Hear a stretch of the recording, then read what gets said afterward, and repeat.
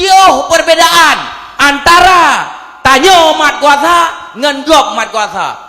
Nyo iputa lah pegah baru 5 tahun nak kekuasaan gejuk bak Partai Aceh le masyarakat Aceh. Baru 5 tahun geduk gubernur mualim dengan doktor katanya. Yang lain tidak tu munyo wadah kita nyodu dumpu lajo.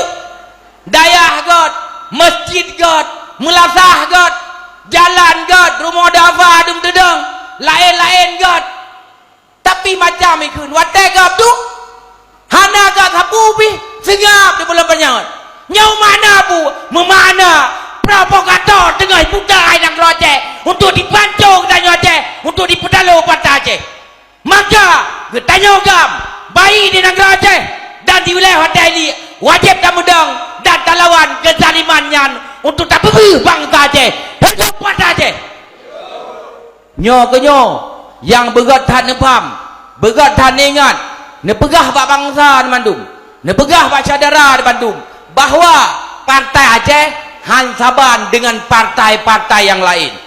Pakan hansaban karena Partai Aceh merupakan senambung daripada perjuangan. Ibaratnya Partai Aceh yang merupakan mabede, DPRK, DPRA, Bupati Wali Kota yang dari Partai Aceh merupakan anak bude yang perle tapak tak timba Jakarta untuk tak bubuh bangsa jalur politik.